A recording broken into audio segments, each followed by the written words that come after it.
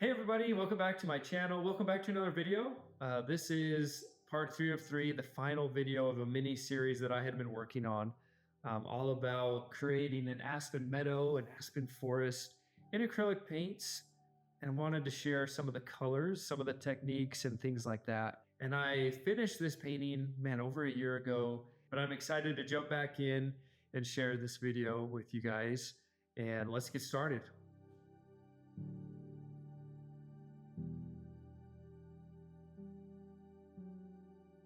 In parts 1 and 2, we built the forest from the ground up, the background, the sky, some of those distant pines and foliage, and the first layers of our aspen trunks and leaves. If you missed those videos, here are the links to catch up, and I'll also include them in the description below. So today, let's finish strong. First, I'm gonna focus on adding some final details to the trees and leaves of some of these little aspens here. But mainly for the majority of the video, we'll strive to bring the forest floor to life with all manner of grasses and weeds and subtle shadows and highlights from the sun. Right here, I'm just working on adding some warm undertones for some more leaves, using burnt sienna, and raw umber.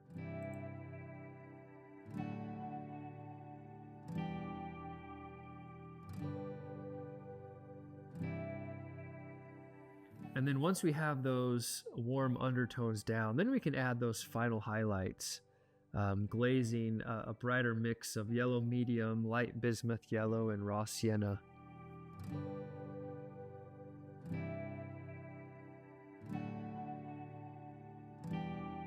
If you've watched the other videos, you remember my mantra, layer, layer, layer. That's what I like to do. Focus on those middle values first, and then come back on top with the details last. And that really is the key to acrylics. And remember, a thin layer, it dries quickly. So resist that urge to jump straight to the highlights. Once you get those midtones down, if the paint layer is fairly thin, it will dry, and then you can come right back on top with some of those last details.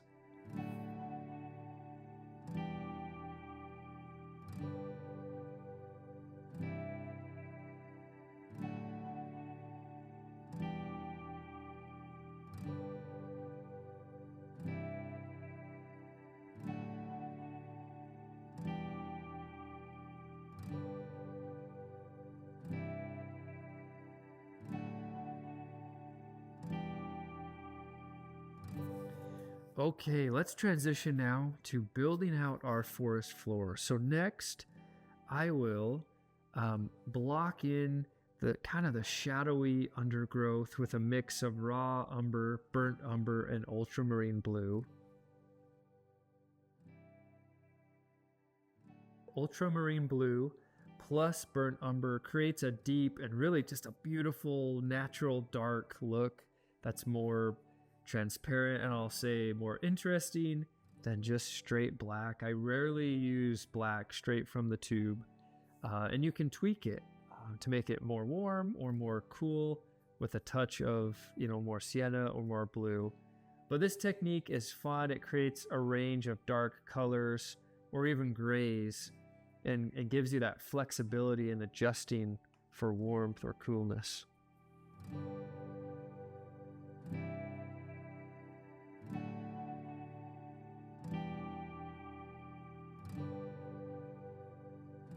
There's no need to rush this stage, stacking once again thin, varied layers of shadow will add that depth that makes the forest feel real and will give us a good foundation as we start to then come back over the top with some more details.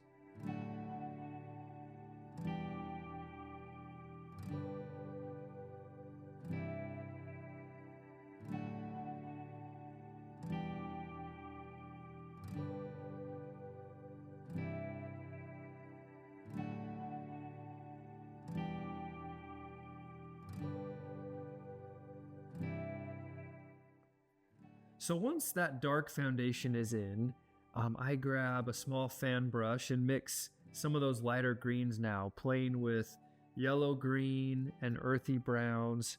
Have fun with it, experiment on your palette. And each flick of the wrist creates kind of that random natural brush stroke, right? Those natural blades of grass.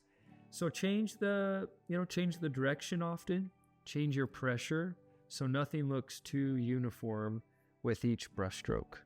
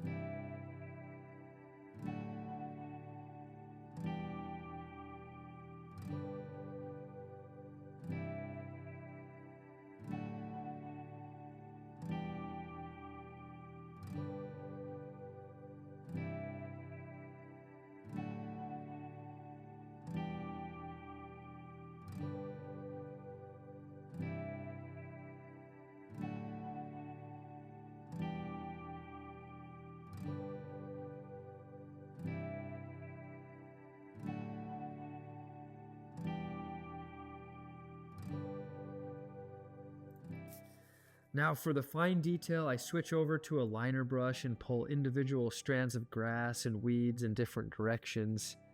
A touch of glazing liquid can also help here. It just helps keep the paint flowing for some of those extra skinny lines. And remember, each time that you load paint from your palette, try to grab a little bit different color, right? A little bit different tone of the greens, the yellows, the browns, so that every time you come back to the palette, it's a slightly different variation.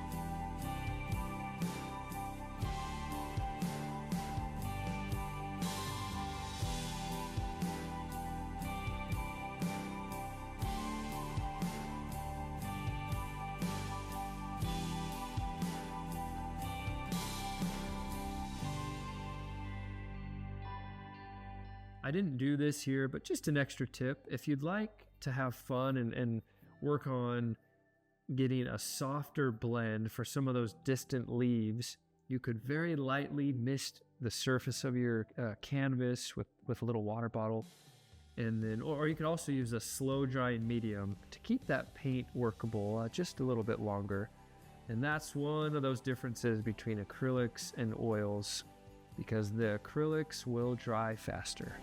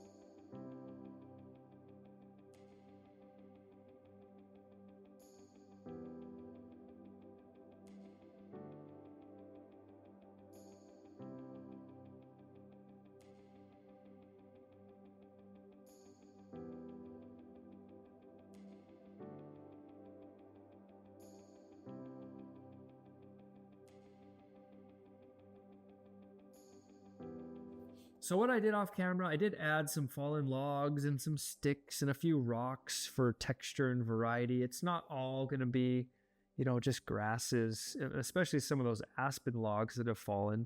You could even, crumple up a paper towel and press it into some wet paint to create kind of like a bark-like type pattern on some of those logs. But yeah, for now, let us focus on the highlights where the sunlight is going to be filtering through the trees and through our leaves. I tap in really now some of these brighter greens with a little whisper of titanium white mixed in with some yellow for that sun-kissed glow.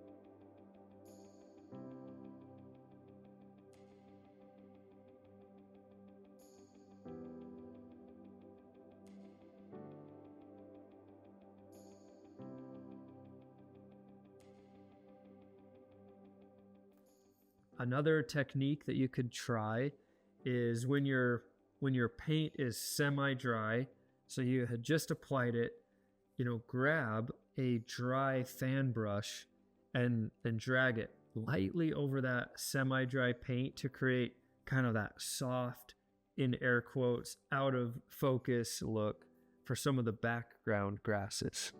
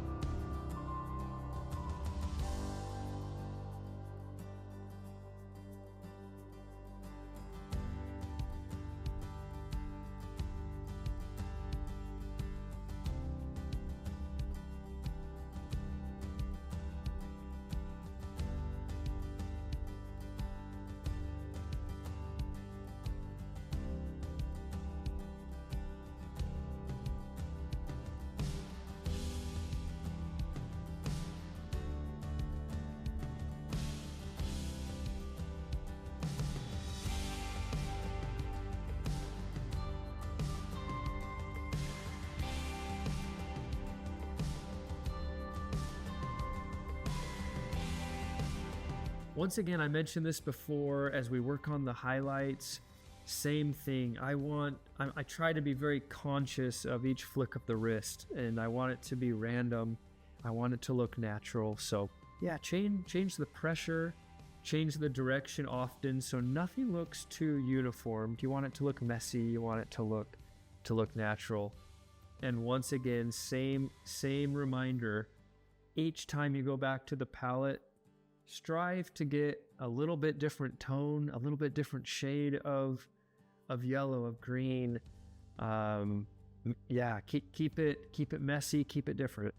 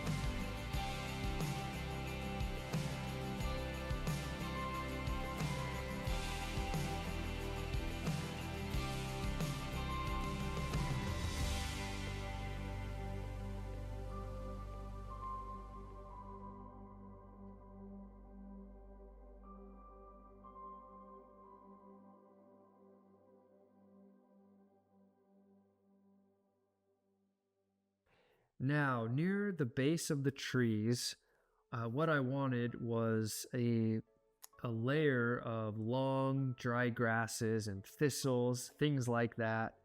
And so on the palette, I have burnt sienna, raw sienna, burnt umber, and raw umber. And of course, a touch of that titanium white for some of those bleached ends or some of those, lighter, drier grasses.